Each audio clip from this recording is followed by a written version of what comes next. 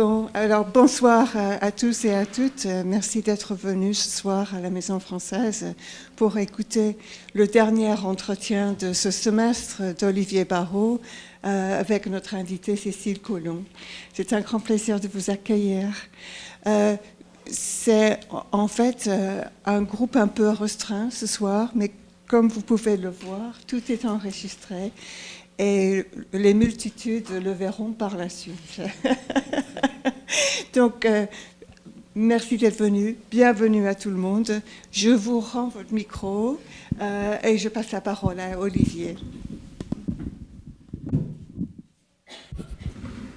va s'asseoir, peut-être, oui. Bonsoir à toutes, bonsoir à tous. Ce soir, effectivement, qui est la 64e de nos rencontres en une dizaine d'années, ça fait quand même un sacré chiffre. Nous avons ce soir le bonheur d'accueillir en Cécile Collomb, je pense, l'auteur le plus jeune par l'état civil que j'ai accueilli ici depuis 2007. Alors vous me direz, à juste raison, que l'âge ne fait rien à l'affaire, comme dit Molière, et Molière a raison, l'espèce. Mais dans un cas aussi singulier que celui de Cécile, qui a commencé de publier alors qu'elle n'avait pas 20 ans, c'est-à-dire il n'y a pas longtemps, puisqu'elle en a 27, elle n'a pas perdu son temps, puisque dans ces 7 années, elle a publié 6 livres, dont on va évidemment parler maintenant. Je voudrais juste vous rappeler que ces rencontres qui nous sont tellement chères ne sont possibles que parce qu'un certain nombre de partenaires ont bien voulu s'intéresser à ce que nous faisons ici à la Maison Française de NYU depuis 2007 et nous donner les moyens matériels de transporter et d'héberger nos invités, et moi-même par la même occasion. Juste comme ça, parce que je trouve que ça se fait, je cite les noms de ces 2 entreprises qui sont majoritairement françaises. Le groupe hôtelier Accor, qui nous héberge au Sofitel. Sofitel, déjà, ça rappelle des souvenirs. Même s'il faut bien dire que, vu de l'extérieur comme ça, on n'a pas l'impression d'être du côté de Sodome et Gomorrhe, mais sans doute se trompe-t-on. D'autre part, la compagnie aérienne, la compagnie qui dessert Paris et New York à raison de 2 vols par jour, nous fait des conditions exceptionnelles. Et je dois dire que je trouve que c'est la moindre des choses, et c'est quelque chose de courant ici aux États-Unis, que de citer les gens grâce à qui ce genre d'entreprise culturelle est possible. Mais il y a de la part de ces entreprises-là, et je ne parle pas bien sûr de NYU et de son département de français, ça va de soi, il y a de la part de ces entreprises privées une continuité dans le soutien qui est assez réconfortante. Parce que je me demande toujours, je m'inquiète toujours de savoir si l'accord que nous avons, qui est en général un accord annuel, sera renouvelé pour nous permettre de se retrouver ici à l'automne, en général à la fin de l'été, dans ce moment merveilleux à New York du mois de septembre. Jusqu'à présent, so far, so good. C'est-à-dire qu'il n'y a pas eu de solution de continuité, puis quand il y a eu des difficultés, j'ai trouvé le moyen de les, disons, de les affronter, puis de les vaincre et de poursuivre. Je dois vous dire que dès à présent, fin d'année 2017, début 2018, je suis déjà à l'œuvre pour obtenir la reconduction de ces accords qui sont annuels, saisonniers. On aura l'occasion d'en reparler, ce n'est pas le plus important. En tout cas, nous continuons bien sûr, et au début de l'année prochaine, j'accueillerai ici même un certain nombre de gens de très grande qualité aussi, et vous en aurez la surprise. Encore qu'il n'y a pas de raison de conserver le secret, mais ce n'est pas l'objet aujourd'hui. Et je vous dirai quelles sont les personnes à qui je pense. C'est un peu plus que d'y penser, parce qu'elles sont toutes d'accord. Mais le programme est fait, mais pour l'instant, on va se concentrer sur l'œuvre de quelqu'un qui est, à bien des égards, un écrivain. On dit beaucoup une écrivaine maintenant, mais moi je dis un écrivain, qui est vraiment quelqu'un de... Je crois qu'on peut le dire, et je ne veux pas te mettre mal à l'aise, Cécile, mais quelqu'un de tout à fait à part. D'abord, une question. Plusieurs de tes livres, de tes premiers livres, se déroulent aux États-Unis. Enfin, c'est d'ailleurs pas spécifié aussi clairement que ça. Enfin, après tout, dans le premier, il s'agit d'un ticket pour San Francisco, donc les choses sont claires. Bon. Or, tu n'as jusqu'à hier jamais mis les pieds aux États-Unis. Je voudrais que tu nous expliques pourquoi cette espèce d'appétit littéraire, d'ailleurs, envers ce pays. Je le comprends très bien parce que je connais, je crois convenablement les États-Unis depuis bien longtemps. Et j'ai oublié de vous dire que, bien sûr, certains des livres de Cécile vous seront proposés à l'issue de cette rencontre. Malheureusement, on n'en a pas tant que cela, mais un certain nombre sont ici. Et bien sûr, Cécile vous les dédicacera avec plaisir. Revenons à cette question qui est un peu une question de fond. Pourquoi les États-Unis ? Pour plusieurs raisons. Alors, la première raison, c'est vrai que ça fait que depuis 24 heures que je connais un tout petit peu les États-Unis, mais vraiment un tout petit peu. Et en plus, j'ai commencé par le Sofitel, alors c'est quelque chose quand même. Et la journée n'est pas terminée. Non, pour deux raisons en fait. La première, qui est une raison d'appétit littéraire, c'est qu'à l'époque, je n'avais lu que des romans et des auteurs de langue anglaise et de lieux américains. Et je m'étais imprégnée à la fois de leur façon de parler, de leur façon d'écrire, je m'étais imprégnée de leurs interviews, de leurs questions et de leurs réponses, et des lieux aussi. J'avais l'impression que je connaissais mieux les lieux américains que les lieux français, parce que j'en lisais des descriptions magnifiques, merveilleuses et très étranges. Et comme j'étais pétrie de cette littérature-là, de manière, je pense, très naturelle et par un mimétisme aussi, je me suis dit, voilà, je vais commencer à écrire, je vais écrire sur des histoires qui se passent dans ces lieux que j'ai tellement aimé lire chez les autres. Et la deuxième raison, qui est une raison un peu idiote et une raison de mode aussi, ou en tout cas justement de ne pas vouloir être dans la mode, c'est qu'à l'époque où mon premier roman est sorti aux éditions Viviane Ami, j'avais 18 ans. Et c'était une époque en France où chaque rentrée littéraire, il y avait un auteur de moins de 20 ans qui sortait un livre. Et tout le monde pariait sur cet auteur en disant c'est le nouveau Rimbaud, ce genre de choses, Françoise Sagan. Et tous ces auteurs-là parlaient toujours de leur vie, parlaient toujours de leur ville, de leur existence, racontaient tout ce qui leur est arrivé entre 10 et 18 ans, ce qui était généralement pas très intéressant.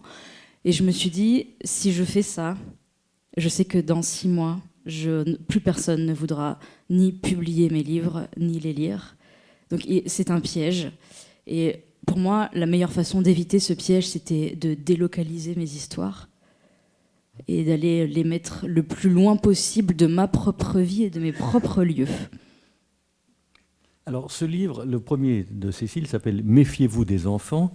Et je tiens là dans la main l'œuvre quasi complète de Cécile Coulon. Et vous remarquez que, à l'exception d'une commande d'ailleurs qui a été passée par l'édition du Seuil, dans une collection dirigée entre autres par Pierre Rosanvallon, on va y venir, tous ces livres se présentent de manière assez comparable, même si certains sont un tout petit peu plus étendus que d'autres, notamment les derniers. Mais voilà, ça c'est les éditions Viviane Ami. Viviane avait mis au point, ou demandé en tout cas, une maquette très particulière pour ces livres, avec un document photographique et sous cadre rouge que vous apercevez là.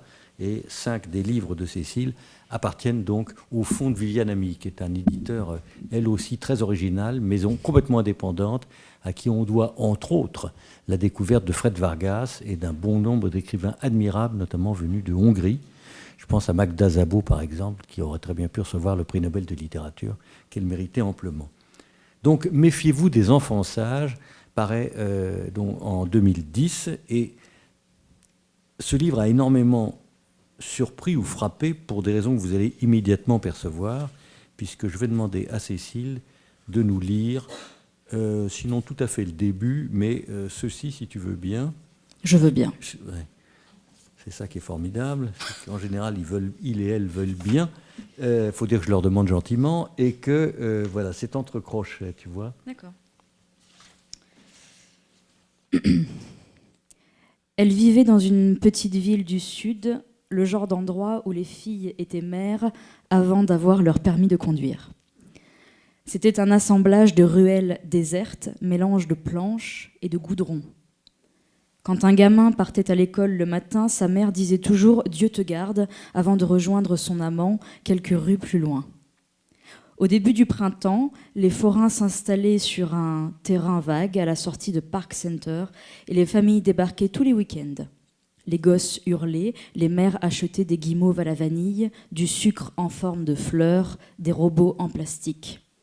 À la fin du mois, les itinérants remballaient leur matériel et partaient dans une autre ville. Il fallait patienter 1 an avant de les voir revenir, et ainsi de suite, jusqu'à ce que les mômes grandissent.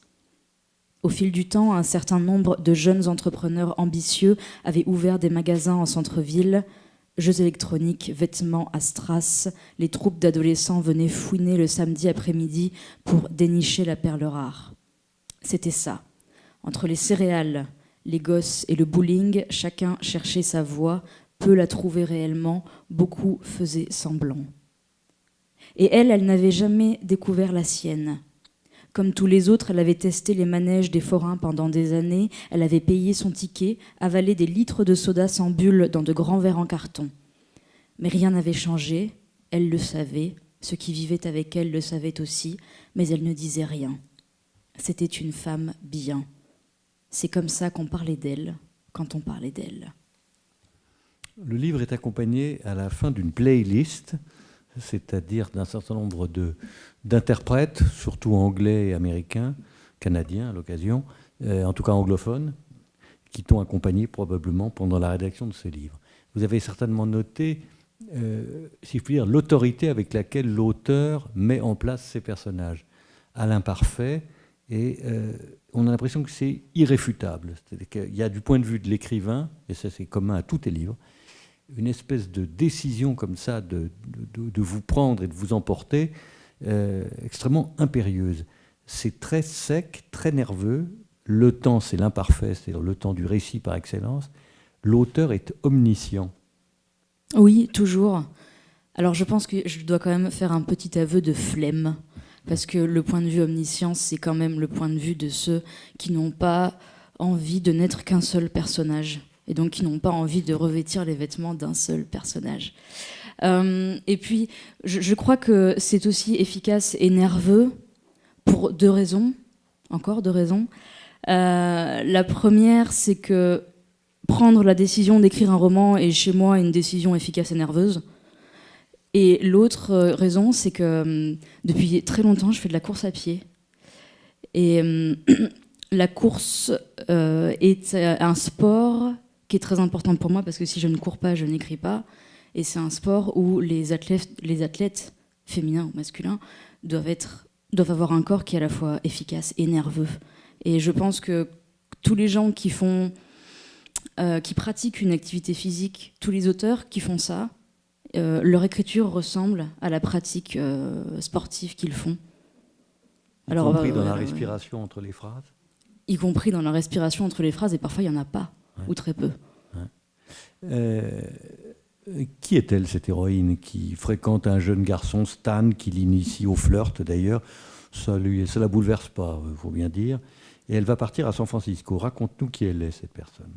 Donc là, il faut que je revienne 10 ans en arrière, et c'est pas simple. Alors, cette personne, c'est une jeune femme. Je ne me rappelle même pas de son prénom. C'est dire à quel point je relis mes livres. C'est une jeune femme, effectivement, qui naît en bordure de tout, surtout d'elle-même, visiblement. Je vous assure, c'est moi qui ai écrit le bouquin, hein. J'en suis certaine, mais il y a des choses dont je ne me souviens pas très très bien. Je sais que ce sera la mère du personnage principal, et qu'elle rencontrera à San Francisco l'homme qui deviendra son mari, qui s'appelle Marco. Ça, je m'en souviens très très bien. Et en tout cas, ce premier personnage, je me souviens très bien de l'avoir écrit en me disant, c'est quelqu'un qui reste en périphérie de ses propres émotions. C'est-à-dire, c'est quelqu'un qui ne s'implique jamais dans l'affection qu'elle peut porter aux autres, dans les décisions qu'elle prend, dans les lieux qu'elle traverse. Et c'est un personnage qui est secondaire et qui en même temps est chargé d'émotions qu'elle ne comprend pas elle-même. C'est ça qui m'intéressait. C'est qu'on puisse sentir dans l'écriture qu'elle est à la fois très vive, cette femme, et en même temps, elle est très vive parce qu'elle ne veut surtout pas s'attendrir et patienter sur ce qui lui arrive. Dans sa transhumance vers l'ouest, elle va évidemment rencontrer toutes sortes de gens. Un certain Eddie en particulier. Il faut que tu nous présentes Eddie, parce que c'est un personnage important dans la vie de l'héroïne. Eddie, c'est le voisin de l'héroïne. C'est un garçon qui a presque tout fait, presque tout inventé, tout testé aussi, hein, qui a pris beaucoup de choses dans sa vie et qui a aussi appris beaucoup de choses et qui va à son tour les apprendre à l'héroïne. Ça va devenir le meilleur ami de l'héroïne et ça va aussi devenir son plus grand chagrin.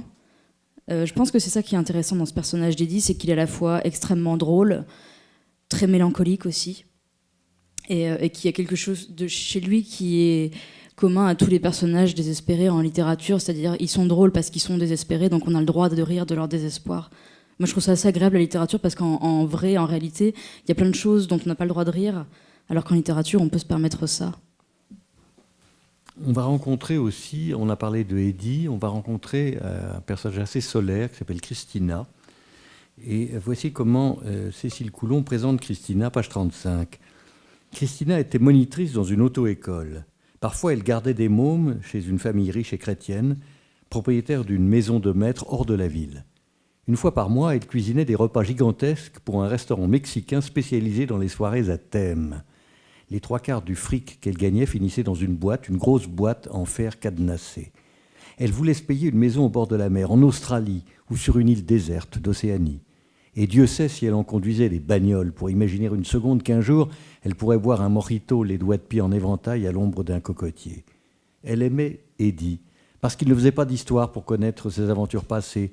Elle aimait parce qu'il ne lui demandait jamais de lui dire « je t'aime » après le sacro-saint orgasme du vendredi soir. Et oui, c'est quand même très sensuel aussi ce que tu racontes. Hein. Même, on n'a pas l'impression d'ailleurs qu'elle soit, elle, tellement sensible à tout ça, au contraire, bien entendu, de ses camarades de rencontre du sexe masculin. Il y a un certain déséquilibre de ce point de vue-là. Je crois que tous les personnages féminins de ce livre, c'est des personnages qui ne s'attendrissent pas, non, qui ne restent pas, et qui sont tout le temps en mouvement, contrairement aux hommes. Il y a une scène incroyable aussi, très, très violente, très spectaculaire et visuelle avec une araignée. J'aimerais que tu nous racontes ça. On pense d'ailleurs, moi j'ai pensé que c'était probablement un cauchemar, plus qu'une réalité. La fameuse scène où Lua, son père qui est chercheur, ramène du travail, une boîte, et dans la boîte il y a une énorme araignée qui est censée être morte. Et en fait, la boîte est posée sur le bureau de son père et il n'y a que les pattes qui dépassent. Donc elle est assez grosse pour que les pattes dépassent sur les bords comme ça, et ça lui fait très très peur. Mais pour son père, c'est du travail. Et puis c'est pas la petite bête qui va manger la grosse, voilà, ce qu'on dit assez souvent.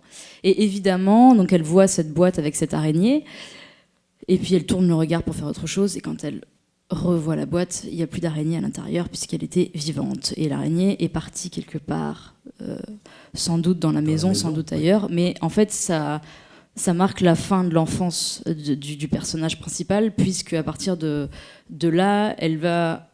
Il y a un verre dans la pomme, c'est-à-dire que cette maison qui était tellement agréable et cet endroit qui était tellement paradisiaque devient empoisonné parce qu'elle sait que quelque part, il y a probablement une énorme bête qui est cachée. Et puis, toute personne qui a peur des araignées sait que les vrais problèmes des araignées, c'est pas quand on les voit, c'est quand on les voit plus.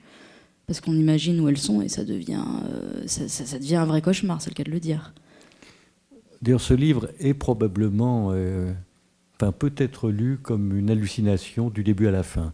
D'ailleurs, tu en donnes, sinon la clé, mais en tout cas, tu le laisses à penser, puisque la première ligne est consacrée à un personnage qui aime profondément le chocolat noir, et que le livre se termine par l'aveu que le dit personnage déteste le chocolat noir. Donc, peut-être est-ce que tout cela n'est qu'une figuration, une vaticination, un cauchemar. Je crois que chaque lecteur se fait à sa vision de l'histoire, mais pourquoi pas. Moi, je crois que vraiment l'idée de terminer avec cette boucle sur le chocolat noir, et le chocolat noir est un sujet important, quoi qu'on en dise, c'était aussi une façon de dire que l'enfance, est-ce que finalement ce serait pas une grande mascarade où on aime tous les mêmes choses et les mêmes couleurs et les mêmes mouvements et les mêmes chansons, et que finalement c'est quand même très agréable de devenir adulte parce qu'on se met enfin à avoir un point de vue critique et à ne pas forcément aimer ce qu'on nous a appris à aimer. Le deuxième de tes romans s'appelle « Le roi n'a pas sommeil ». Vous le voyez ici, il est paru 2 ans après le premier. Et même chose, il a beaucoup impressionné les lecteurs par, encore une fois, l'autorité avec laquelle Cécile emmène le lecteur. Encore une fois, l'omniscience. J'aimerais que tu nous lises les 2 premiers paragraphes de ce 2e livre.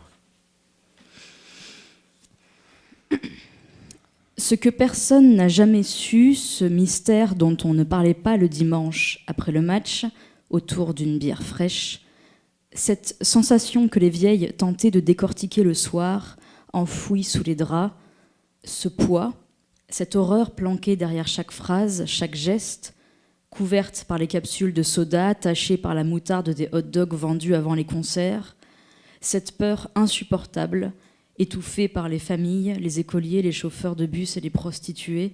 Ce que personne n'a pu savoir, c'est ce que Thomas avait ressenti quand le flic aux cheveux gras était venu lui passer les bracelets en serrant si fort son poignet que le sang avait giclé sur la manche de sa chemise.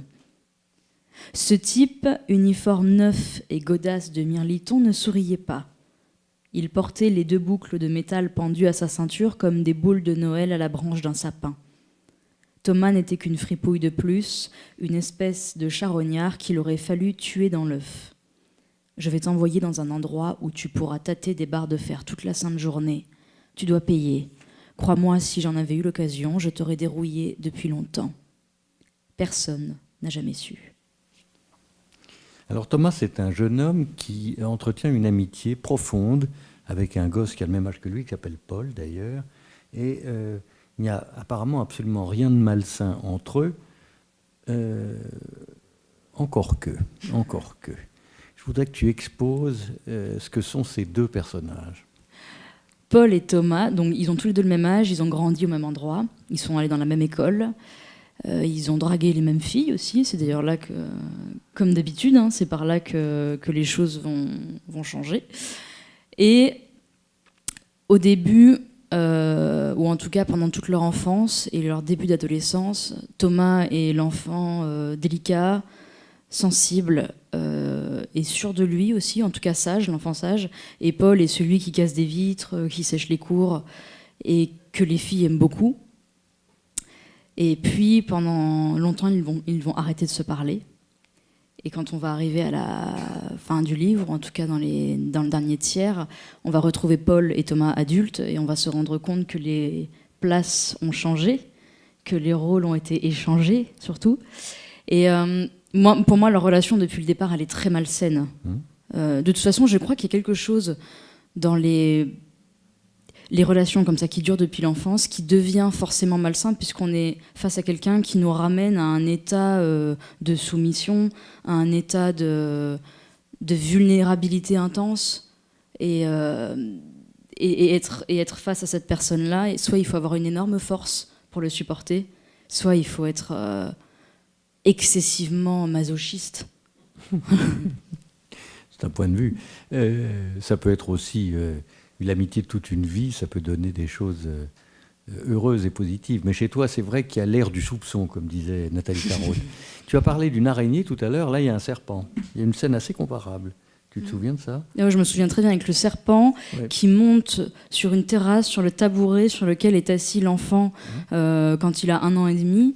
Et sa mère le voit et se met à hurler en se disant que le serpent va forcément mordre cet enfant, ce qu'il ne fait pas d'ailleurs. Non, il disparaît. Il disparaît, oui, lui aussi. Mais on ne sait pas où il part. Moi, je crois que les animaux, de manière générale, sont très gentils. Hein. Enfin, il n'y a pas de raison. Hein. Faut pas... et non, mais c'était voilà, il y avait une image un peu facile, hein, évidemment, de l'enfant qui est très tôt, qui justement est très tôt protégé par des créatures qui sont censées être maléfiques. Donc, s'il est protégé par ces créatures-là, ou en tout cas contourné par ces créatures-là, ça veut dire qu'il doit l'être un peu aussi. Alors, on est toujours aux États-Unis. Hein. Je dis toujours parce que vraiment, c'est le théâtre de tes 2 premiers livres. Et à ce moment-là, tu n'as toujours pas franchi l'Atlantique. Il est question d'une Syrie aussi, parce qu'il ne faut pas s'imaginer que nous n'avons affaire qu'à des personnages in abstracto. Hein. Tout ça est quand même très ancré dans une réalité imaginaire.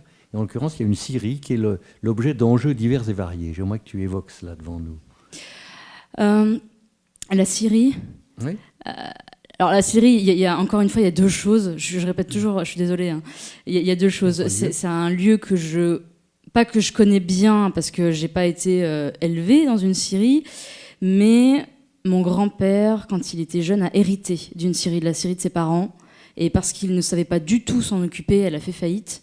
Il a dû quitter à la fois son village et aussi son département et sa région avec sa femme pour éviter la honte d'avoir, en tout cas, fait perdre beaucoup d'argent à sa famille. Donc pour moi, la Syrie, c'est à la fois un lieu très très ancré dans un espace et dans une certaine temporalité, mais c'est aussi le lieu qu'on fuit. Et des années plus tard, ma mère, pendant des années, a travaillé dans le milieu du bois. Et elle devait justement s'occuper de différentes scieries en Auvergne. Et quand il y avait ses amis qui venaient manger à la maison, je trouvais ça assez drôle parce qu'en fait, il leur manquait tous des doigts. Et c'était assez marrant parce qu'ils avaient une façon d'en parler qui était drôle. Et ils me disaient, mais tu sais, quelqu'un qui travaille dans une scierie et qui a tous ses doigts, c'est quelqu'un qui travaille mal ou qui travaille pas. Voilà. Donc c'est vraiment une preuve de compétence de ne pas avoir tous ses doigts. Et j'avais très envie que ce lieu, qui est à la fois un lieu extrêmement violent, qui est forcément un lieu rural aussi, et nécessaire pour les gens qui vivent dans cet endroit, soit ce qui construit toute l'histoire, mais ce qui va aussi la détruire pour certains personnages. Tu as imaginé un patelin qui s'appelle Haven, qui n'existe pas, enfin peut-être existe-t-il, mais c'est purement imaginaire, où il se passe des tas de choses d'ailleurs. Hein. C'est un lieu où tout le monde se retrouve. Je voudrais que tu racontes-nous comment ça t'est venu, cette idée de Haven, étant entendu, et c'est pas indifférent, que le livre commence par une citation de John Steinbeck. Tu parlais tout à l'heure des écrivains américains qui t'ont inspiré. Je vous la lis, cette exergue. Tout ce qu'il avait fait dans sa vie lui remontait au cœur et à l'esprit. Tout ce qu'il avait fait était mal. C'est dans Rue de la Sardine, ça. Steinbeck, pour moi, je ne pouvais pas ne pas le citer, puisque c'est l'auteur que j'ai le plus lu entre 15 et 20 ans. Donc c'était évident qu'il fallait ouvrir le livre sur cette phrase-là, et sur ce livre-là en particulier, parce que c'est sans doute le livre que je préfère de Steinbeck, avec À l'Est d'Éden. Et Haven, en fait, au départ, il n'y avait pas de nom de lieu. Il n'y en avait aucun. Et c'est mon éditrice favorite qui m'a dit, mais il y a un moment donné, même si c'est compliqué pour toi de nommer les lieux, de mettre des majuscules en tout cas, il va falloir réussir il va falloir aller te pousser dans tes retranchements et faire ce que tu n'as pas envie de faire, c'est-à-dire mettre un nom sur un village. Et Haven, je pense que c'était un jeu de mots un peu facile. Hein. Voilà, c'était le paradis à qui il manque une lettre, pour dire les choses très simplement. Autre chose, Thomas va provoquer un accident.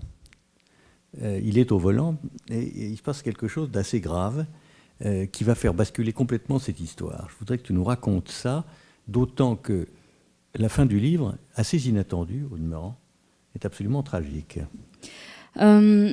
Thomas, sans le faire exprès, mais bon, ça c'est un petit peu idiot de le dire parce que quoi qu'on fasse, on le fait toujours un petit peu exprès, mais on aime bien dire qu'on l'a pas fait exprès. Thomas va avoir un accident de voiture, en tout cas il va provoquer un accident de voiture dont il sortira indemne physiquement, mais un enfant traverse la route à ce moment-là et il freine pas à temps, c'est un bête accident mais qui enlève la vie d'un enfant. Et en fait il provoque cet accident parce que quelques minutes avant il a vu au bar du village Paul, qui était censé être le méchant garçon. Il a vu Paul beau comme un dieu, très propre sur lui, avec beaucoup d'argent, et Paul était en train de flirter avec la femme qu'il aime, qui s'appelle Donna. Et ça l'a rendu fou, fou de rage, fou de jalousie, fou de frustration aussi, et quand il est parti, il a beaucoup bu, parce de manière générale, on boit beaucoup dans mes livres, et pas que dans mes livres d'ailleurs. Et il est parti furieux, et en étant furieux et légèrement imbibé, il a provoqué cet accident. Ses pieds, chaussés de larges bottes de cuir à sangles, se balançaient d'avant en arrière, poussés par le souffle du crépuscule. La veste de son père retombait sur ses maigres épaules, La corde était solide, elle provenait de la réserve à outils qu'Arthur oubliait toujours de fermer. Un ultime rayon de soleil tranchait sa chevelure. La lumière du soir dessinait sur son visage un sourire d'une tristesse infinie. Suspendu à 2 mètres du sol, le cadavre tournait ses yeux blancs vers Haven, tandis que les premiers flocons couvraient sans bruit les branches mortes de l'éclatante propriété. C'est la nature aussi qui est extrêmement présente dans ton œuvre. Il faut dire que tu es toi-même une fille de la campagne. Oui, comme on dit, une fille de la campagne. Oui.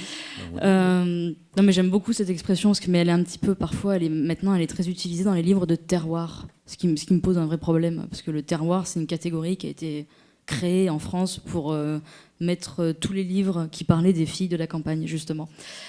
Et je trouve ça un peu idiot. Il faut dire que tes romans n'ont absolument rien à voir avec cette catégorie, effectivement recensée, qu'on appelle roman de terroir, c'est-à-dire des intrigues en général d'ailleurs plutôt bien foutues, qui racontent en général l'histoire d'une famille ou d'une collectivité sur plusieurs générations. C'est souvent comme ça que les choses sont construites. Il en est d'excellents d'ailleurs, d'autres moins bons. Mais toi, tu as beau être né en Auvergne, avoir vécu effectivement dans la campagne, on va y venir à propos d'un de tes livres d'ailleurs, parce qu'il n'est question que de ça. C'est tout sauf du terroir, c'est-à-dire que chez toi, on est dans une violence des sentiments, des gestes, la preuve, la pendaison de Thomas qui se suicide à la fin après avoir causé l'accident en question. On n'est pas du tout dans un terroir littéraire, on est dans une beaucoup plus grande violence et de ce point de vue-là, le rapprochement avec la littérature américaine s'impose. Oui, c'est vrai que dans la littérature de terroir, c'est jamais très violent. Je ne m'étais pas posé cette question, mais c'est vrai que ça l'est moins. Je suis très très fière de ne pas avoir été classée en terroir. J'ai peu de fierté dans ma vie, mais celle-là en est une. Et je suis bien contente de le dire. Pour ce qui est de la violence dans mes livres, moi, j'ai pas la sensation qu'ils sont si violents que ça, même si on me le dit assez souvent. Je crois que je suis aussi née dans un espace un peu particulier en France, où tout le monde va à la chasse, où les conflits se règlent de manière personnelle, et où les paysages vont de pair avec ce que les gens peuvent ressentir. Moi, j'ai eu la chance de ne pas naître complètement là-dedans, puisque mes parents sont pas des vrais Auvergnats. C'est un savant mélange de la Corrèze et de la banlieue parisienne. Mais c'est vrai que tous mes amis et tous les gens que je connais, et toutes les histoires, les vraies histoires, comme on dit, que je connais, ce sont des histoires qui peuvent paraître violentes pour les autres, mais comme pour moi, c'est mes histoires d'enfance, ça me paraît tout à fait normal que de temps en temps, il y a un petit problème avec une arme à feu, ça me paraît normal qu'il y ait des problèmes avec des animaux, ça me paraît normal que les gens aiment gérer leurs problèmes entre eux et pas faire... Il y a de justice, il y a certains lieux où il y a de justice, il faut jamais l'oublier, c'est toujours le cas. Et cette idée-là, moi, elle me plaît. Enfin, elle me plaît parce que déjà, comme je suis romancière, c'est un vivier d'histoire qui s'arrête jamais, donc c'est très pratique. Et aussi parce que c'est la preuve que, comment dire, tout l'aspect judiciaire qui existe ne sera jamais assez fort pour mettre un terme aux émotions les plus violentes. Ça, je trouve ça extrêmement intéressant. Ça veut dire qu'on peut faire toute la paperasse qu'on veut. Ça n'étouffe pas, et on en a fait de la paperasse avant, ça n'étouffera jamais les sentiments que les gens peuvent laisser déborder à un moment donné. Et on continue à être un peu surpris quand des choses comme ça arrivent, alors qu'en fait ça arrive tout le temps. Et c'est propre à l'être humain. C'est-à-dire que les animaux, ils vont pas aller buter un autre animal parce qu'ils sont jaloux, par exemple. Ça, c'est un truc, il n'y a que nous qui faisons ça. Donc on peut être fiers de ça. Mais on continue à trouver ça étrange, alors que c'est quelque chose que beaucoup de gens portent en eux potentiellement. Et c'est pour ça que la littérature ou l'art existe aussi. C'est pour essayer et tenter d'expliquer ces choses-là. Puis si tous les conflits se réglaient au tribunal, ce serait quand même beaucoup moins drôle aussi. Tout ne se résout pas, effectivement. Troisième de tes romans. Alors celui-là n'a pas grand-chose à voir avec les deux précédents, puis il ne se déroule pas aux États-Unis. Il s'appelle Le rire du grand blessé. Il ne se déroule d'ailleurs nulle part, puisque c'est un roman, il ne se déroule pas dans un endroit explicite, puisque c'est un roman d'anticipation. Et qui, c'est vrai, peut faire penser aux grands titres de l'anticipation, que ce soit en particulier George Orwell ou plus récemment Bohème sans salle, qui lui aussi s'est aventuré à la fin du XXIe siècle. C'est un roman d'anticipation et très inattendu venant de toi, puisque jusqu'alors on était dans une transhumance géographique, mais pas du tout temporelle. J'aimerais que tu nous en lises les 2 premiers paragraphes. Le rire du grand blessé, c'est paru en 2013. 5 uniformes, un chauffeur, une femme de ménage, un cuisinier, 7 caméras fixées au plafond, 50 heures de présence au bureau, une manifestation à haut risque par semaine, 1095 jours de formation, un coude fracturé, 3 côtes cassées, une mâchoire refaite à neuf, un certain nombre de zéros sur les feuilles de salaire, 70 millions d'habitants à surveiller, 2 oreillettes, 3 hectares de parcs arborés, 60 km de course à pied hebdomadaire, 50 pouces d'écran plat, 18 minutes d'information nationale et personne avec qui le partager. Nous étions des chiffres, des performances. Nos capacités étaient mesurées lors de tests trimestriels imposés par le service national. Prise de sang, examen psychologique, mise en situation, contrôle d'aptitude physique. Le rêve devenait réalité. La ville nous attendait, elle offrait la vie à nous qui n'avions connu que la survie. Nos proches s'éloignaient, c'était le prix à payer, nous réglions la note sans broncher. L'argent n'était pas un problème, nous avions des femmes et des films de qualité à la demande. Conquérir l'uniforme, notre unique échappatoire. Avant, les types de mon espèce vivaient au crochet d'un parent indulgent, et la famille était notre seul rempart contre la faim et la soif. Les autres survivaient, tête baissée en silence. Ils attendaient que la maladie ou l'absence d'hygiène les emporte. Certains tentaient un casse, une grande aventure perdue d'avance, et descendaient manger les pissenlits par la racine plutôt que prévu. Aujourd'hui, on nous considère comme l'élite du pays. Alors qui est-il, ce narrateur? Qu'est-ce que c'est que ce bonhomme dans une société d'un futur indéfini d'ailleurs? Mets-nous ça en scène, si je puis dire. Alors, le personnage s'appelle 1075. C'est son Donc numéro. tu as pris le parti d'un homme, là. Hein? Oui, c'est assez souvent le cas d'ailleurs. Hein. Et quand c'est pas des hommes, c'est des enfants. Donc on ne sait pas trop si c'est des filles ou des garçons.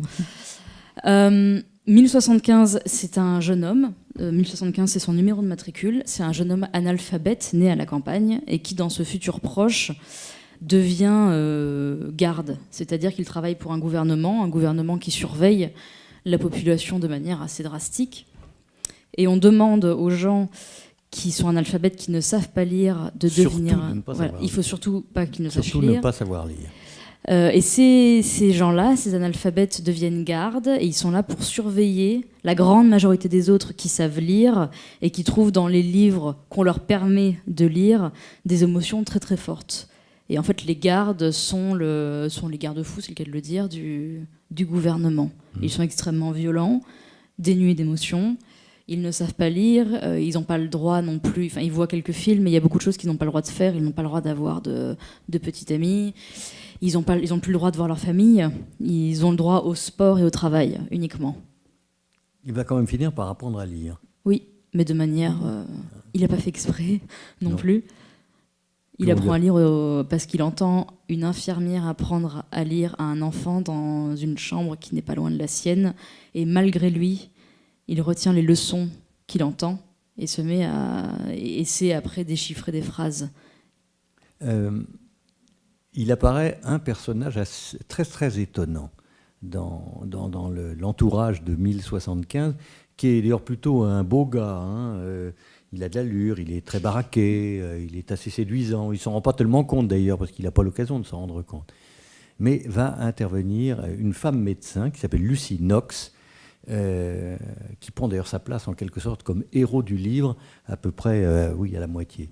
Alors, cette femme n'est pas jeune, elle a les cheveux gris, blancs, elle a néanmoins une personnalité extrêmement forte.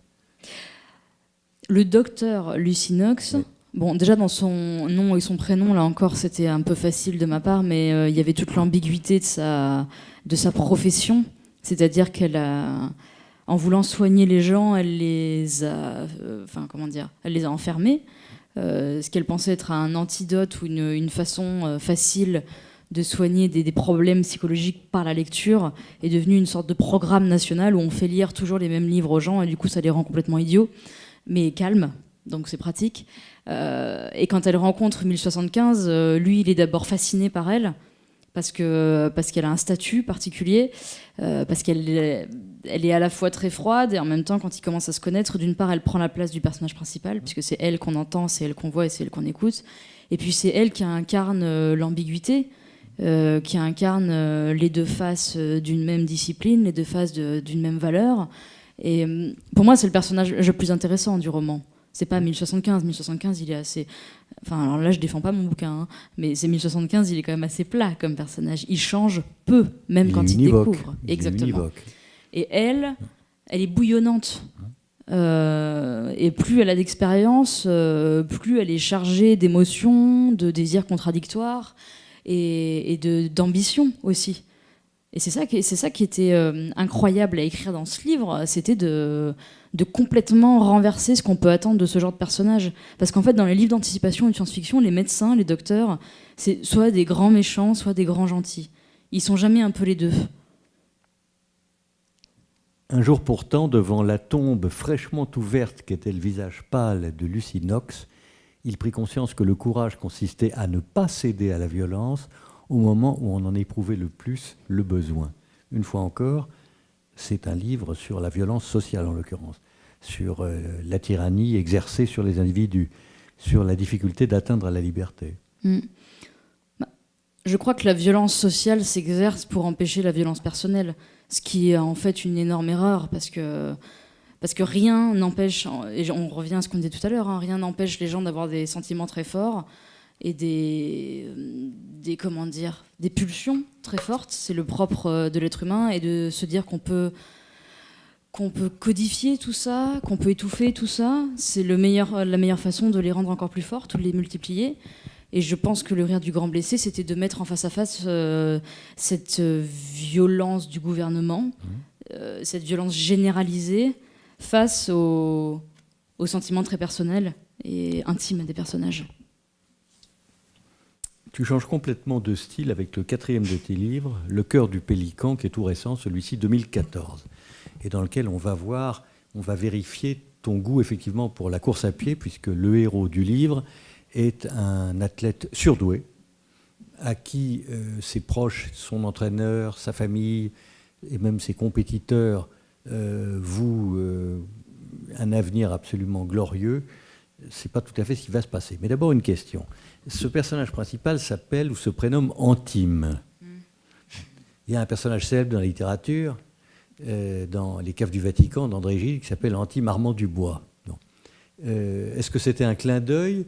Et je dois dire que je me souviens assez bien des Caves du Vatican, qui est un livre très drôle d'ailleurs, hein, une sotie, comme aimait à le dire Gide, qui est une histoire à la gomme d'un pseudo-enlèvement du pape, et dont l'un des artisans est effectivement cet Antime Armand. Tu as choisi ce prénom comme ça parce que tu te souvenais de Gide, ou c'est complètement un hasard ? Alors, au départ, ce n'était pas pour Gide, c'était pour Jean Echenoz, parce qu'il y a un texte de Jean Echenoz 14, dont le personnage principal s'appelle Antime. Et j'avais très envie... Jean Echenoz est pour moi quelqu'un de très important dans la littérature française, évidemment, mais aussi très important pour moi, puisque à 19-20 ans, j'ai commencé à lire des textes en français par 3 auteurs. C'était Marguerite Yourcenar, Nathalie Sarraute et Jean Echenoz, notamment avec Courir, évidemment. Bien sûr. Et Zatopek. oui, Émile Zola, la locomotive tchèque. Et ensuite, Antime, il y avait une référence catholique, parce que Saint Antime, au XVIIIe siècle, est un homme qui naît en Grèce aveugle. Il va faire un long pèlerinage, et plus il marche, plus ses yeux fonctionnent de nouveau. Il marche et ses yeux marchent avec lui. Alors évidemment, il y avait un lien direct avec le pèlerinage du personnage dans le livre, qui se met à traverser son pays en courant pour essayer de donner un sens à sa vie ou de se donner un sens à lui-même. Et il y avait ces 2 références-là. Mais en fait, quand le livre est sorti, il y a des gens qui m'ont dit « Ah, mais il y avait les Caves du Vatican aussi. » Donc ça m'a fait lire les Caves du Vatican. C'est l'histoire d'une déchéance, hein, d'un espoir déçu. C'est l'histoire d'un effort continu, effort qu'on pense devoir, qui devrait, semble-t-il, apporter la victoire définitive, les plus grands titres, etc. Et c'est exactement l'inverse qui va se passer. C'est une histoire très symbolique aussi et très marquée par ta propre expérience de la course à pied. Quelqu'un doit mettre fin à cette mascarade une bonne fois pour toutes.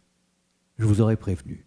Les gentils maris, les gentilles femmes ont des fauves dans le cœur, des bébés dans les entrailles. Antibes ne mérite pas qu'on donne son nom à des stades, à des rues, à des nouveaux-nés. Plus j'expose sa véritable nature au grand public, plus sa notoriété s'étoffe. Mes enfants, nos enfants, ont grandi. Ils ne ressemblent pas à leur père, tant mieux pour eux, tant mieux pour moi. Antibes est l'homme de ma vie. Ce n'était pas la femme de la sienne, si tant est qu'il y eut de la place dans son existence pour quelqu'un d'autre que lui-même. Antibes n'est pas un type bien, Antibes n'est pas un type gentil, son âme et son corps sont ceux d'un chien, d'un animal lancé à toute vitesse à travers les champs de son passé pour attraper le temps perdu, s'accrocher aux branches mortes de la gloire. C'est dangereux le succès, ça vous mange la famille, la mémoire. Antime.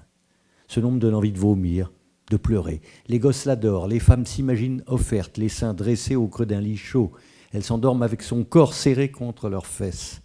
Les hommes admirent sa force de caractère, méprisent les mauvaises langues qui l'accusent d'avoir abandonné sa famille. Un jour, le maire de sa ville natale inaugurera une statue à son effigie, son visage dans la pierre, et les oiseaux viendront lâcher leur fiente sur son épaule. Alors, 3 femmes essentielles dans la vie d'Antime, qui expliquent d'ailleurs en partie son itinéraire. 2 femmes qui sont éprises de lui l'une comme l'autre. Il en épouse une, c'est peut-être pas le meilleur des choix, mais la plus importante, c'est sa sœur Helena, personnage absolument fascinant. Présente-la nous. Helena, la sœur d'Antime, c'est la seule femme qui a été proche d'Antime de sa naissance jusqu'au moment où il décide de se remettre à courir. Et c'est aussi la seule personne qui le soutient depuis le début. Elle est un peu plus âgée que lui. Quand il déménage, il n'a plus d'amis, et donc c'est évidemment avec sa sœur qu'il passe le plus de temps. Quand il se met à courir adolescent, c'est elle qui l'accompagne aux entraînements et pendant les compétitions. Et quand il échoue, en tout cas quand il se blesse, c'est elle qui continue à lui dire que tout n'est pas forcément terminé. Et quand il va reprendre la course à pied, c'est elle qui va l'accompagner pendant un long moment, en tout cas les 3/4 du chemin. Donc Helena, elle incarne un peu toutes ces femmes, en fait, parce qu'il a aussi du désir pour elle. Enfin, il se rend compte qu'il a du désir pour elle. Elle est elle est forte. Ce que d'ailleurs son épouse lui reproche. Oui. Elle lui Mais dit qu'ils couchent ensemble. Oui, son épouse lui reproche beaucoup de choses. Oui, c'est en vrai. même temps, c'est un peu son job. Ouais. Donc, Enfin, il y en a l'une des deux, celle qui l'épouse, effectivement, elle ne comprend pas grand-chose à celui qui est son mari. Au contraire de l'autre, de l'autre femme de laquelle il va s'éprendre, qui est plus féminine peut-être, plus compréhensive, je ne sais pas. Mais là, en réalité, la femme de sa vie, c'est sa sœur. Ça nous rappelle Robert Musil, hein. Il y a un côté l'homme sans qualité là-dedans. Oui, et puis je crois que, en réalité, il ne faut pas oublier que les sœurs, de manière générale, hein, il y a toujours des exceptions, mais les sœurs sont parfois beaucoup plus présentes que les mères, parce qu'on peut avoir peur de sa sœur, mais on n'a pas peur de sa mère. On peut décevoir sa sœur, mais on ne décevra pas sa mère. Et donc la sœur, pour moi, il y a un statut très particulier des sœurs en littérature, évidemment, mais aussi dans la vie, parce que c'est quand même des gens, pour les garçons et les filles, hein, ça marche dans les deux sens, qu'on n'arrive jamais vraiment à cerner. Avec qui on est à la fois en conflit permanent, et en même temps, c'est les gens vers qui on se tourne quand on a un souci. C'est les gens avec qui on est capable d'être le plus violent. On en revient à cette fameuse violence. Et pourtant, on a du mal à imaginer qu'elles ont une intimité à elles. Encore une fois, d'un point de vue de romancière, ce que j'appellerais un peu vulgairement les frangines, c'est une source intarissable d'histoire, de pulsions. Moi, j'ai pas de sœur, et je suis contente de pas en avoir. J'ai que des grands frères, et qu'est-ce que c'est simple la vie avec des grands frères. C'est des garçons, enfin, tout est simple, quoi. C'est comme avoir 2 labradors à la maison, quoi. C'est vraiment vraiment facile. Alors, certes, dans ce livre, là vraiment, tu es très présente à travers l'exercice physique. On sait, tu l'as dit tout à l'heure, et puis c'est une réalité que l'effort physique, et notamment la course à pied, font intégralement partie de, si je puis dire, de ta vie de créatrice. C'est pas simplement un goût ou un plaisir, c'est une nécessité quasiment physique, je pense, physiologique même. Et tu parles admirablement de la course à pied. Je me souvenais pas. Alors bien sûr, Jean Echenoz, mais il y avait eu aussi ce livre merveilleux de Alan Sillitoe qui s'appelait Solitude du coureur de fond, qui d'ailleurs avait donné un film non moins formidable. C'est des choses qui ne sont pas très faciles à exposer. J'aimerais que tu nous lises ce paragraphe, qui est le récit d'une des courses, qui est la première dans laquelle il va s'imposer. Il ne va pas arriver premier, mais second, mais où je pense qu'il y a une justesse extrême dans la narration. Ça commence là.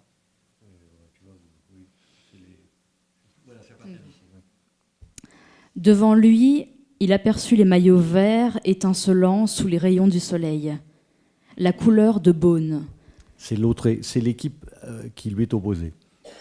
Des rouleaux de poussière masquaient leur trajectoire, l'obligeaient à baisser la tête pour ne pas être aveuglé. À ce stade de la course, la plupart des poussins commençaient à cracher leurs poumons. L'air perçait les tympans d'Antime. Le buste dressé, il allongea sa foulée, avala une lampée d'oxygène et rejoignit le peloton de tête sans que les coureurs, assurés de leur victoire, ne remarquent sa présence. De nouveau, il se déporta sur la droite, suivi sans peine un garçon chétif aux mollets plus larges que ses bras, et au moment où le groupe quittait la forêt pour contourner le stade de rugby, Antime piqua en avant, doubla 3 maillots verts dans le dernier virage et se positionna aux côtés d'un tandem aux tempes dégoulinantes. Surpris par l'arrivée du nouveau, les 2 coureurs ralentirent instinctivement. « Je vais les bouffer, maintenant !» Antime en profita pour les distancer de quelques mètres, arrogance que les verts n'eurent aucun mal à étouffer. Les 50 derniers mètres lui coupèrent les jambes comme s'il venait de tomber dans un broyeur invisible. Au coude à coude, le plus mince des adversaires hurla une injure qu'il ne releva pas, et tandis qu'il tentait de trouver en lui l'oxygène nécessaire pour terminer la course en beauté, son adversaire riposta et se plaça devant lui, de façon à ce qu'il ne puisse pas le doubler avant la fin du cross. Alors, c'est le début de l'ascension de ce garçon, qui est promis encore une fois au plus grand succès, jusqu'au jour où il est blessé, et où, en dépit des soins que lui portent son entraîneur et sa sœur, il ne va pas revenir au niveau antérieur. Et là commence la déchéance, et c'est très beau de ce point de vue-là. C'est une espèce de montée, il y a un palier, on pense qu'il va pouvoir poursuivre l'ascension, et pas du tout, il s'effondre. D'ailleurs, comme tu le dis très bien, tu as écrit la phrase suivante, le corps d'Antime se laissait mourir, c'est-à-dire que, non, il n'y arrive pas. Il n'y arrive pas, et tout ça va évidemment très très mal finir, parce qu'il va se défigurer lui-même en quelque sorte, et par ailleurs très mal se comporter avec un enfant. Scène extrêmement violente, encore une fois j'y reviens, parce que la littérature de Cécile Coulon est une littérature de violence. Violent avec les enfants, parce qu'aujourd'hui on n'a plus le droit d'être violent, même avec ses enfants à soi. Ouais. On n'a plus le droit de leur mettre des claques par exemple, ou des fessées, et donc j'en profite dans mes livres. Voilà. Parce que moi il y a plein d'enfants à qui j'ai envie de mettre des baffes, et j'ai pas le droit de le faire, donc je le fais en littérature. C'est très agréable, Tant que ça reste la littérature, oui. Ça va. Non, j'ai jamais frappé un enfant. Jamais. À part mes frères, évidemment. Oui, donc la déchéance d'Antime. J'ai abordé ce sujet, et je pense que c'est d'ailleurs le nœud du livre. Peut-être que le nœud du livre n'est pas la course à pied en tant que telle, c'est ce qui se passe après la course à pied. Qu'est-ce qui se passe dans ces moments de pause où on ne court pas? Et qu'est-ce qui se passe dans ces moments de pause quand quelqu'un est voué à courir et que tout d'un coup on lui dit c'est terminé, tu ne peux plus le faire? Pour mes études en lettres modernes, je travaille sur le sport et la course à pied. Et ce qui m'intéressait, c'était de parler de quelque chose dont on ne parle pas beaucoup. C'est de l'avenir très compliqué des gens qui arrêtent une activité sportive ou une discipline sportive de haut niveau. Et ces gens-là, alors maintenant ça a beaucoup changé en 10 ans, mais avant c'était impossible pour eux de s'en remettre parce qu'il n'y avait pas de coach. Il y a toujours un coach qui est très présent pendant l'entraînement, mais il n'y a personne qui est présent après pour dire votre corps il va changer, vous allez ressentir, vous allez être en dépression, il y aura plein de molécules en vous qui ne vont pas comprendre ce qui se passe, vous non plus vous ne comprendrez pas ce qui va se passer. Aujourd'hui on sait le faire ça, et encore c'est compliqué. Et j'avais très envie de parler de ça, et surtout de parler du corps de l'athlète quand le corps ne peut plus faire le surhomme. ou en tout cas être exposé, être mis en pièces. Et quand on dit au corps, tout d'un coup, tu vas faire juste ce que font les gens habituellement, c'est-à-dire te lever, manger, respirer. Et pour un organisme qui a eu l'habitude d'être toujours poussé au bout, c'est la pire des punitions. Avant-dernier de tes livres, Les grandes villes n'existent pas, publié donc aux éditions du Seuil et non pas chez Viviane Ami, parce que c'est l'objet d'une commande qui a été passée par les directeurs de cette collection qui s'appelle Raconter la vie. Les directeurs en question étant Pauline Peretz et Pierre Rosan-Vallon, bien connus sociologues, politologues, si je puis dire, etc. Pour moi, c'est un de tes plus beaux livres, oui, avec celui d'après. Je trouve ce livre tout à fait magnifique. C'est tout simplement, par petits chapitres, l'évocation de ton village d'origine, où je crois que tu résides encore, ou en tout cas de temps en temps. Et ce sont des notations successives et qui concernent la rue principale, qui concernent la salle des fêtes, qui concernent le stade, lieu très important pour les enfants, pour les adolescents, qui concernent le rêve ou pas de la ville de Paris, l'idée de partir, parce que beaucoup s'en vont, etc., qui concerne aussi la mort, puisque ces gamins et ces gamines, en moto, très souvent, sont victimes d'accidents. Et puis, il y a un moment, une évocation, à plusieurs moments, de la nature et notamment de la vie animale. Et il y a deux histoires tout à fait extraordinaires que j'aimerais bien que tu nous lises ici, et qui, je trouve, donne bien la tonalité de ce livre, un peu différente de tes autres romans. Ceci n'est pas un roman, c'est un récit. Deux histoires qui m'amusent et me bouleversent.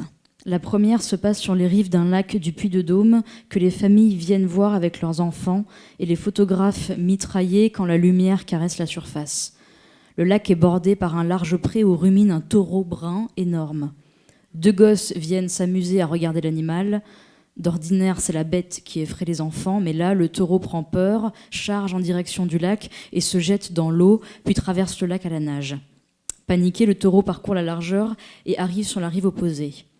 Il aurait dû étouffer, se noyer à cause de l'eau dans ses poumons.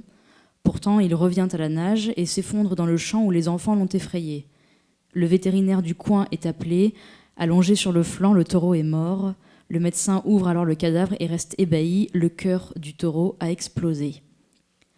L'autre histoire raconte l'épopée d'un chat, d'un mauvais chat, j'avais oublié ça, d'un mauvais chat, une teigne, le genre de matou qu'on ne veut pas avoir chez soi, une boule de poils qui pue, qui griffe, qui gueule toute la journée, le roi à la maison.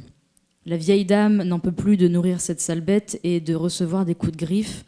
Alors un jour, en route pour aller poster son courrier, elle attrape le chat par la peau du cou, l'envoie au fond d'un sac en toile épaisse et noue la corde autour pour l'empêcher de sortir. Évidemment, le chat s'affole. Sur le chemin, la vieille jette le sac dans la rivière. Bon débarras. Elle va poster son courrier, dit certainement bonjour à la moitié du village et revient chez elle en fin de matinée. Surprise, surprise, sur le perron, le chat est là, trempé, le poil bas, éreinté de fatigue, mais bien en vie. Autant vous dire qu'il est resté le roi à la maison avant de mourir dans un coin de la grange, comme font tous les animaux qui n'ont pas pris un coup de bâton derrière les oreilles. Cette histoire, elle est arrivée à ma grande-tante. Il y avait vraiment un chat qu'elle avait mis dans un sac de la poste à l'époque, là. Puis elle l'avait jeté dans la rivière, et puis elle était revenue, et le chat était là. Dans ton livre, il y a absolument tout ce qu'on peut éprouver à la campagne. Il y a les odeurs, les parfums, la lumière, les saisons aussi qui alternent. Et puis ça se termine de la façon suivante. Ici, la nuit, à partir d'une certaine heure, les lumières s'éteignent. Le noir absolu. Vu du ciel, le village n'existe plus. Dans l'esprit de ceux qui n'y vivent pas ou n'y ont pas vécu, les lumières du village ne sont jamais allumées. Ils n'existent pas, et ses habitants non plus. Dans l'ombre des volcans, dans la caresse des vents secs, dans l'odeur des champs, dans le bruit des rivières, des enfants naissent, et pour eux, ce sont les grandes villes qui n'existent pas. C'est un texte absolument magnifique, complètement poétique. En réalité, c'est de la prose poétique. Ça ne ressemble pas à ce que tu as écrit par ailleurs, et c'est magnifique. Et je voudrais qu'on finisse, évidemment, avec le dernier de tes livres publiés, qui est probablement le plus ambitieux de tes romans, et qui s'appelle donc « 3 saisons d'orage ». Le fait est, d'orage est à prendre au sens métaphorique, enfin presque abstrait du terme. C'est un roman qui est découpé en 37 chapitres qui chacun porte des titres, chose assez peu courante. Jamais tu n'as été aussi autoritaire dans ta manière de mener le récit. Là, le lecteur n'a pas à s'égarer, il ne peut pas s'égarer. Il a accepté de prendre la main de Cécile, qui va le promener, l'emmener, et lui faire traverser toutes sortes d'émotions, aux côtés de personnages assez génériques que tu as appelés, ça m'a beaucoup surpris, et ça revient très souvent, les fourmis blanches. Qu'est-ce que c'est que ces fourmis blanches ? Les fourmis blanches, c'est après la Seconde Guerre mondiale, les ouvriers qui sont venus dans la montagne pour creuser la falaise. Ce sont les ouvriers qui descendent tous les matins dans ces espèces de ventres en fait, de pierre et qui remontent le soir avec toute leur poussière de craie, ou en tout cas leur poussière de pierre sur leurs vêtements. Et qui remontent en procession. C'est pour ça qu'elle s'appelle les fourmis blanches. Alors c'est un roman de génération qui couvre donc l'histoire d'une famille sur 3 générations, avec toutes les complexités qu'on peut imaginer. Tu n'es pas loin de l'univers de Julien Green, par exemple, ou de François Mauriac, c'est-à-dire des écrivains qui ont volontiers parlé de la province, qui ont volontiers évoqué des destinées familiales, avec tout ce qu'elles peuvent avoir de glorieux, quelquefois, ou d'heureux, et aussi, et ça c'est très mauriacien, recouvrir ces dynasties des secrets inavouables. C'est le cas ici. Et on va évoquer tout ça. Je voudrais que tu nous racontes, que tu nous dises plutôt la source de cette histoire qui est extrêmement touffue, extrêmement construite, et dont on se disait hier que toute la trame d'un film, et peut-être presque d'une série, se trouve réunie ici. Comment, parce que là, tu as changé complètement la modalité du récit. C'est un récit qui est prolongé, qui est comme, je ne dirais pas comme un feuilleton, mais dans lequel s'ajoutent constamment des événements imprévisibles. Alors que tes précédents livres étaient plutôt des flèches tressées, des flèches dressées comme ça, orientées et lapidaires. Là, ce n'est pas du tout ça. Là, on est dans des variations innombrables. C'est très mélomaniaque, tout ça. D'accord, très bien. Alors, c'est mélomaniaque, c'est vrai. C'est la première fois que j'entends cet adjectif. Donc, j'aurais appris quelque chose aujourd'hui. Oui, c'est parce que c'est une symphonie. Oui. C'est ça que je veux dire. Oui, c'est l'ampleur d'une symphonie. C'est pas une sonate, c'est pas en mineur. La source de 3 saisons d'orage, il y en a plusieurs. Il y a évidemment, on en parlait hier dans l'avion, il y a ce livre que j'ai lu plusieurs fois d'affilée, dont 2 fois à haute voix d'ailleurs. C'est un livre de Thomas H. Cook qui s'appelle « Au lieu-dit noir étang », qui a dû sortir en 2010, je crois, ce livre. Et ce livre m'a énormément marqué. Parce qu'il racontait, sur une petite ville de la côte américaine, une histoire toute bête, en fait. Une histoire de secrets inavouables et de famille, et de choses qu'on peut dire ou ne pas dire. Et c'est comme si c'était la première fois pour moi que je me rendais compte qu'on peut tout à fait parler de secrets inavouables tout en faisant un roman d'enquête, presque un polar, ou en tout cas un roman noir. Et je me suis dit, de manière un peu bête, il faut le dire, je me suis dit, s'il y en a qui sont capables de faire ça, d'utiliser ce terreau-là, la saga, le secret, les générations, et d'en faire quelque chose de très puissant, je me suis dit, je vais essayer aussi, j'ai le droit de le faire. Je me suis dit, comme il y en a qui l'ont fait avant moi, je peux le faire aussi, ce qui est un peu bête, mais j'ai toujours besoin de savoir qu'il y en a qui ont fait les choses avant moi. Il y a une phrase de Chrétien de Troyes qui dit « Nous ne sommes que des nains sur des épaules de géants ». Et moi, il y a eu plein de géants avant moi, donc et puis je suis un peu petite, donc c'est pratique. Et donc, il y a ce livre de Thomas H. Cook. Il y avait l'idée que le personnage principal était la nature qui entourait les familles, que ce soit les paysans, les médecins ou les ouvriers. Et j'avais envie de quelque chose de très cinématographique, écrit pour le cinéma plus que comme un roman classique. Et surtout j'avais envie qu'il y ait cette espèce de déchaînement qui soit à la fois un déchaînement social, un déchaînement de la nature et un déchaînement intime. Que quels que soient les éléments de ce livre, tous soient débordés à un moment ou à un autre, mais pas tous en même temps. Tu cites en exergue, encore une fois, un écrivain que tu as évoqué déjà et que nous aimons infiniment, qui est Marguerite Yourcenar, et en particulier cette phrase tirée d'Alexis ou le traité du vin combat, qui est son premier livre, qui est un chef-d'œuvre absolu et qui est là aussi une évocation du mensonge, qui ne le reste pas tel d'ailleurs, d'un mensonge avoué. J'aurais pu, dans mon esprit fatigué, se réfugier dans le mensonge, finir par affirmer que rien n'avait eu lieu. Il n'est pas plus absurde de nier le passé que d'engager l'avenir. Finir par affirmer que rien n'avait eu lieu. Oui, il s'est passé quelque chose dans cette famille, probablement. Je voudrais vous présenter, si je puis dire, le premier de la génération en question, le premier de la famille, qui s'appelle André, qui est médecin. Et prêtez attention au style extrêmement affiné qui est celui de Cécile dans ce livre. André quitta Lyon, dégoûté par ses collègues, et s'installa aux Fontaines, dans un cabinet situé près de l'église, qu'il fit ravaler par Charrier frères. Pendant 3 jours, 5 de ses ouvriers s'affairèrent au rez-de-chaussée. Le parquet neuf sentait la sueur. Les murs blancs répercutaient la lumière le long du couloir. Il installa des chaises en bois. Son bureau fut placé au centre de la pièce principale. À l'étage, une chambre et un salon composaient son domaine privé.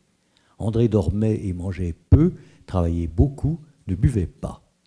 C'était un homme au teint mat, aux cheveux bruns, très fins, coiffés en arrière, coupés courts, mais pas ras, de façon à ce que le col de son manteau l'hiver couvre son cou sans les toucher. Les rides au coin des yeux, à la commissure des lèvres et au front trahissaient la fatigue accumulée qu'il disait ne pas ressentir. Les fourmis blanches lui confiaient leurs enfants, les femmes leur intimité, les hommes apportaient des bouteilles de vin qu'il refusait poliment. André participait aux fêtes dans la salle du café, des jeunes filles l'invitaient à danser, il lui arrivait d'accepter. Il était souple, bien fait, calme et travailleur. Les hommes n'étaient pas jaloux. On avait trop besoin de lui, de son oreille bienveillante, de ses mots rassurants, de sa blouse impeccable. Il ne lorgnait jamais la femme d'un autre. Il recevait bien sûr des mots, des fleurs, des cadeaux. Il ne répondait pas. Il travaillait, s'occupait des autres, choyait ces 18 statues qu'il gardait à l'intérieur, dont les visages s'imprimaient la nuit sur les murs de sa chambre. André est donc le médecin du village. Il va rencontrer Élise et un fils va naître qui s'appelle Bénédicte. Et à son tour, Bénédicte va rencontrer une femme assez irrésistible, bien qu'elle ne joue pas du tout de sa séduction, qui s'appelle Agnès, qui est en réalité le personnage pivot de ce livre, parce qu'il va leur en arriver des choses. Raconte-nous ça. Il faut que je raconte tout ce qui va leur arriver. Non, pas tout. Voilà. Les éléments les plus saillants. Les éléments les plus saillants, c'est déjà le fait que Bénédicte est un enfant qui n'est pas désiré par André, mais dont il s'occupe pas comme son enfant, il s'en occupe comme d'un élève. Ça, j'aimais bien cette idée. Ou d'un patient. Il est médecin. Ouais. Cette espèce de bienveillance distanciée, et surtout, il faut apprendre des choses. Il n'arrive pas à lui donner de l'affection, donc il lui apprend plein de choses, et son fils reçoit tout ça, il va lui aussi être médecin, il va apprendre des choses à son tour aux autres, il va soigner les autres, il va rencontrer Agnès, il va se marier avec elle, et avec Agnès, ils vont avoir une fille, Bérangère. Et Bérangère, dès l'adolescence, va tomber amoureuse d'un fils de paysan qui s'appelle Valère. Et donc Valère et Bérangère apparaissent un peu comme le couple modèle. Ils ont tous les deux des parents qui sont riches à leur manière. Et on se dit, voilà 2 enfants qui seront l'avenir du lieu, l'avenir des Trois Gueules, l'avenir du village, l'avenir des carrières. Et puis évidemment, tout bascule le jour où Valère est invité à déjeuner avec Agnès, Bénédicte et André, parce qu'il rencontre Agnès pour la première fois en vrai. Et puis à partir de là, tout n'est plus si simple. Et je peux pas trop en dire plus, non. Évidemment. Et il y a un truc qui est important dans le livre quand même, c'est que l'histoire est racontée du point de vue du curé du village. C'est Clément, il s'appelle. Il s'appelle Clément, oui. Qui porte bien son nom pour un curé, je trouve. Moi, j'adore les curés, en vrai. Et non, mais c'est vrai, parce que j'ai toujours été très marquée dans les campagnes. On parlait de filles de la campagne. Dans les campagnes, c'est encore des gens très importants. C'est encore des gens que les autres vont voir pour parler, pour dire des choses. Il y a 2 personnes très importantes dans les endroits de moins de 1000 habitants. C'est le médecin, s'il y a un médecin, parce qu'il y en a de moins en moins, et le curé, parce que c'est les 2 personnes à qui on peut parler, parce qu'il y a un secret professionnel. Et surtout au curé, parce que généralement le curé il n'a pas d'amis, donc il ne va pas en parler à ses amis, ce qui n'est pas le cas du médecin qui a souvent beaucoup d'amis. Donc le secret professionnel il est moins gardé par les médecins. Et j'avais très envie que ce soit lui qui raconte, mais qu'on oublie totalement que c'est lui qui raconte au fil du livre. c'est un roman incroyablement gonflé, si tu me permets l'expression, en ce qui concerne l'intrigue, car tu parviens à rendre cette histoire transgénérationnelle, j'y insiste, tu la rends totalement vivante, plausible et même extrêmement chaleureuse. Par exemple, dans le lien amoureux. Tu l'as dit à l'instant, ce Valère, paysan époux de Bérengère, qui est donc la fille de Bénédicte, il faut suivre. Valère va croiser cette femme, l'épouse donc de Bénédicte, qui s'appelle Agnès, et qui est donc sensiblement plus âgée que lui, puisque c'est la génération antérieure. Et tu dis très simplement qu'il l'a vue, mais vue au sens le plus large du terme, le plus puissant, le plus concentré. Il ne l'a pas simplement vue de ses yeux, il l'a en quelque sorte intégrée à sa vie intérieure, et de manière définitive. Je crois que quand ils se rencontrent, chacun à leur manière, ils admettent l'autre comme un organe supplémentaire. Comme s'il y avait... comme si c'était deux animaux qui n'en formaient plus qu'un seul, une sorte de centaure, un mélange d'humain et d'animal. Et que pour tous les deux, c'est évident, c'est très naturel. Par contre, quand il faut nommer les choses, c'est absolument impossible. La seule chose qu'ils n'ont pas l'un à l'autre, c'est le langage. Ils sont dépourvus de mots, de phrases. Ils sont dépourvus de, de moyens de communication bruts. Et c'est ce qui... En tout cas, pour moi, le grand point d'interrogation au-dessus de toute cette histoire, c'est aucun de ces personnages ne parle jamais.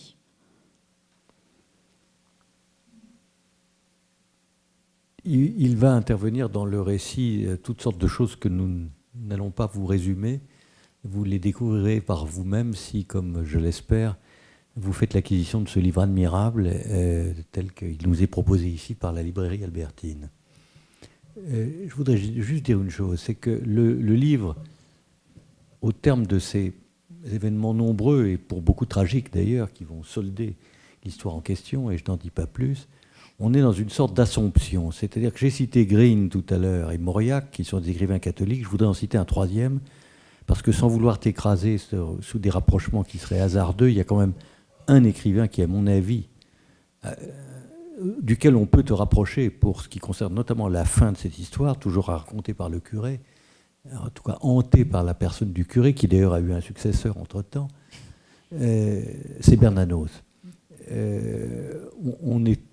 On est dans les espèces d'extrémités spirituelles et en même temps tellement charnelles des grands romans de Bernanos. Il me semble que là, le rapprochement n'est pas gratuit. Je ne sais pas ce que tu en penses. Moi, j'en pense que du bien, merci. Non, Bernanos fait partie de mes auteurs favoris, justement parce qu'il y a cette impossibilité du langage et du corps. C'est deux choses qui ne se rassemblent pas.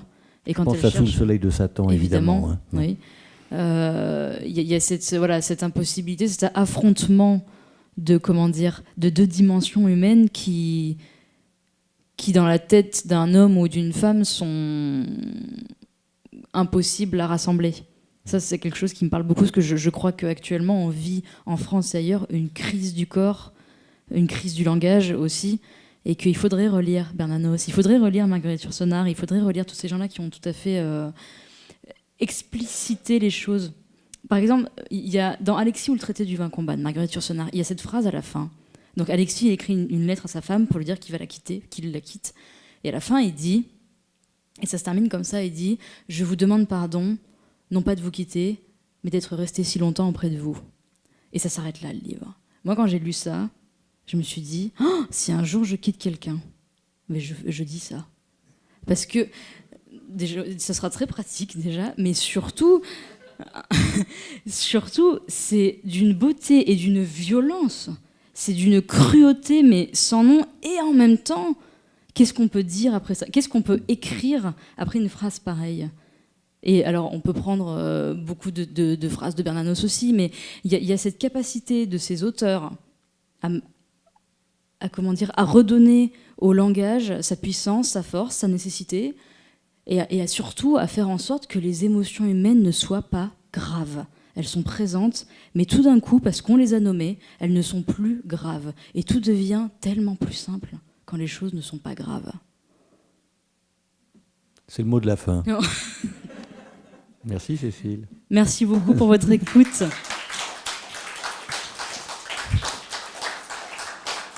Alors certains des livres de Cécile sont ici à votre disposition. Je vous indique juste que nous nous retrouvons au mois de février, comme chaque année.